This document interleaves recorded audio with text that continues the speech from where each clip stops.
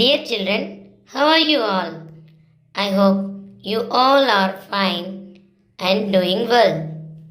Children, in the last two videos, we have learnt about the story Three Questions and we have completed some activities related to the story.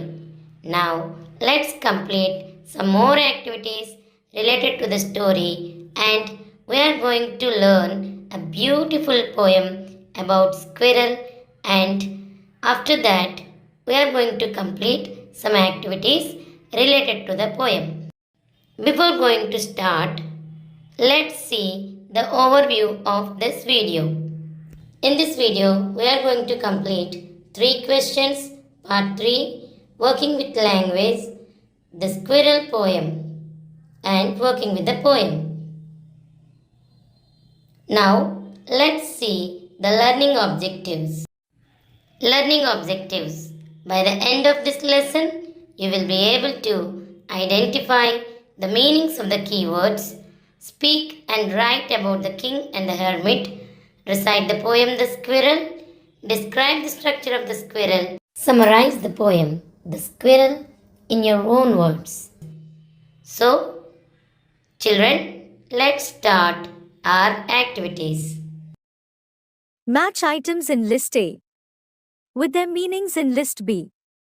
Wounded, severely injured, awoke, got up from sleep, forgive, pardon, faithful, loyal, pity, feel sorry for, beds, small patches of ground for plants, return, give back.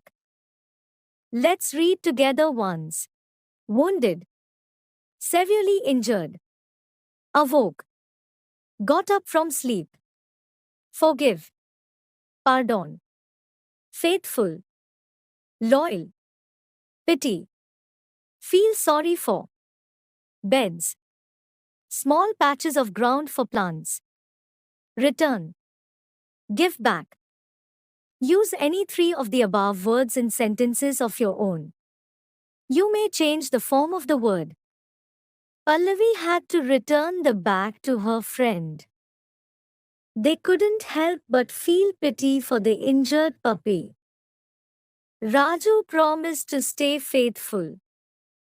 Okay, let's go to the next exercise.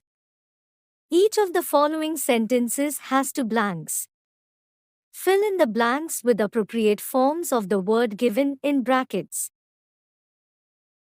The judge said that only fresh evidence would make him change his judgment. I didn't notice any serious difference of opinion among the debaters, although they differed from one another over small points.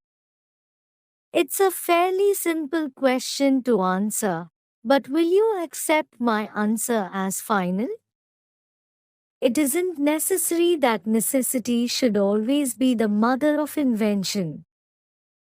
Hermits are wise men. How they acquire their wisdom no one can tell. The committee has decided to make Jagdish captain of the team. The decision is likely to please everyone. Asking for forgiveness is as noble as willingness to forgive. Okay. Now let's move to the next component, speaking and writing. Imagine you are the king. Narrate the incident of your meeting with the hermit. Begin like this. The wise men answered my questions, but I was not satisfied with their answers.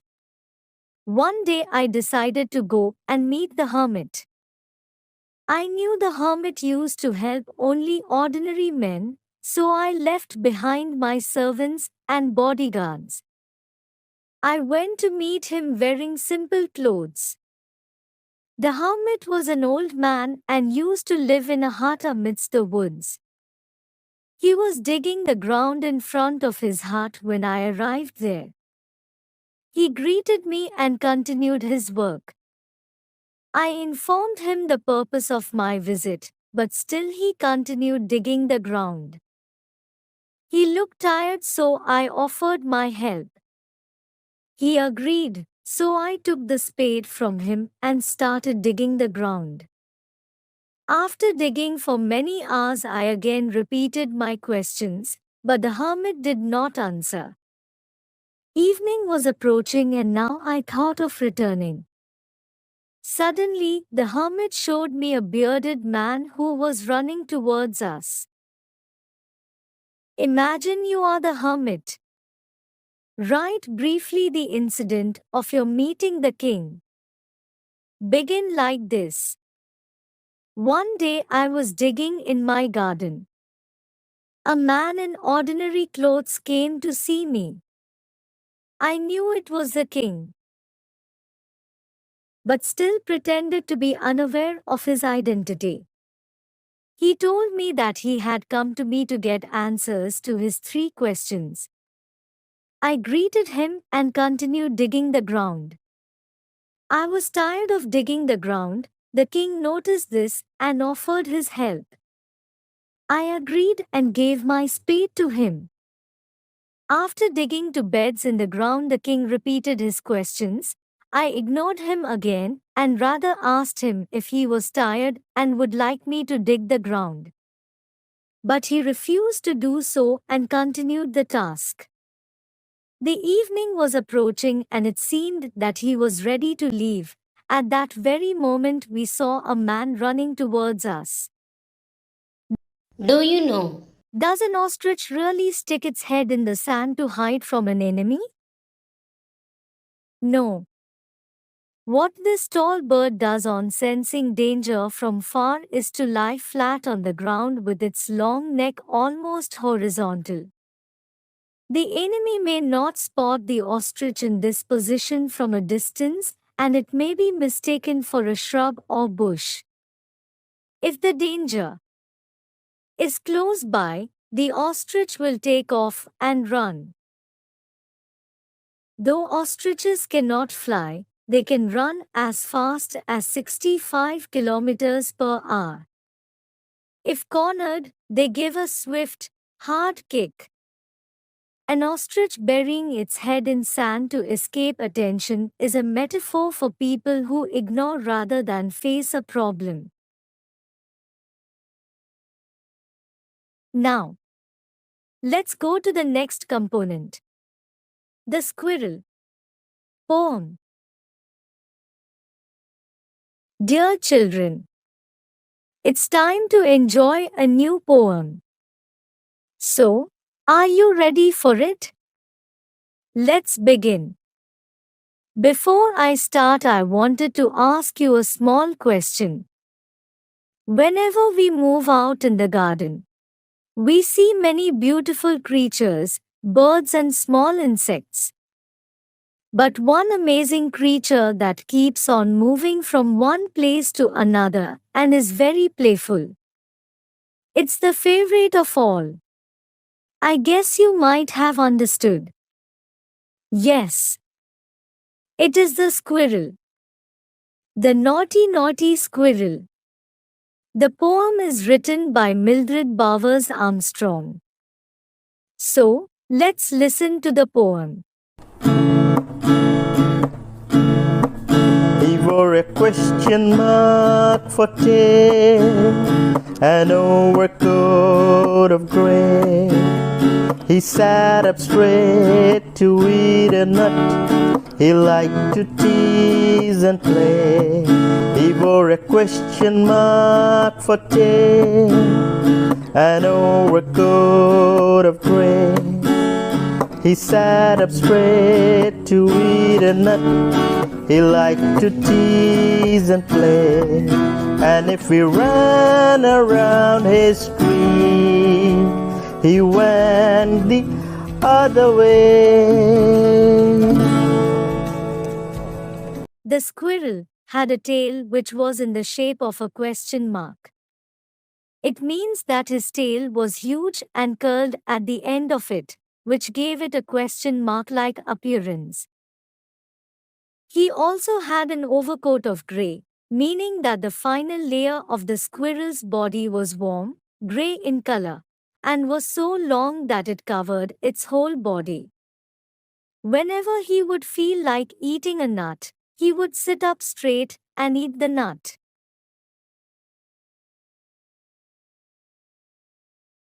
The squirrel had a jovial and mischievous personality. He likes to tease and play with us. He motivates us to chase him. And when we go around to catch him, he quickly escapes by going the other way. Now, let's go to the next component working with the poem. Why does the poet say the squirrel wore a question mark for tail?